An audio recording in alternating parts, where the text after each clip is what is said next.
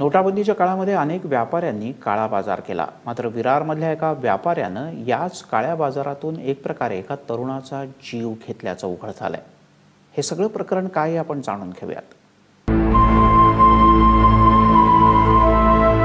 अलविदा my all family and my sweet friends, I miss you all. Pankaj बाने अवघ्या 26 वर्षांचा। व्हॉट्सअपवर मेसेज टाकून तो या जगातून कायमचा निघून गेला आणि त्याला कारण ठरलं नोटाबंदी। विरारमधल्या राजाराम चौधरी या व्यावसायिकाकडे पंकज काम करायचा। नोटाबंदीच्या काळात जुन्या नोटा बदलून घेण्यासाठी त्यानं पंकजचा वापर केला। त्याच काळात 55,000च्या जुन्या नोटा एका इसमाला देण्यासाठी त्यानं पंकजला दिल्या, पण तो इसम पैसे घेऊन फरार झाला। राजारामने पंकजकडे तकादा लावला। तो राज म्हणून होता, पण मी काय त्याच्याकडे गेलो, मला अगोदर माहीत नाही। त्यानेच मला येऊन सांगितलं की तुम्हारा लड़का मेरे पास काम करता है करके। तर त्याने तिथे येऊन सांगितलं आणि बोलला की तुमच्या मुलांनी माझ्याकडून 59,000 रुपये घेतले आहेत, कुठे गेला? म्हटलं तो बाहेर गेला आहे कुठे।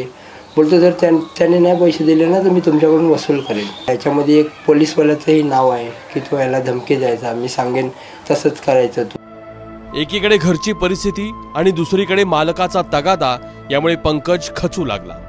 नाही काही सांगितलं नाही, काही म्हणजे काहीच सांगितलं नाही। बरं नव्हतं माझ्या सोन्याला। विचारते का राजा काय दुखतंय, कसं आहे, काय सांगायलाच तयारच नाही। फक्त बोलतो मम्मा मला बरं नाही वाटत, माझं डोकं दुखतंय।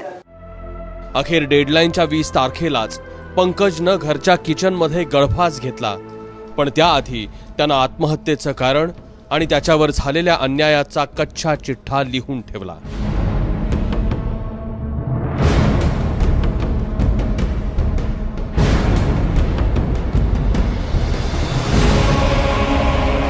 दोन आरोपी आम्ही आता अटक केलेला आहे आणि पोलीस कस्टडीमध्ये आहेत ते, आणि अधिक तपास सुरू आहे। नोटाबंदीच्या काळात हजारो लोकांनी काळ्याचं पांढरं केलं।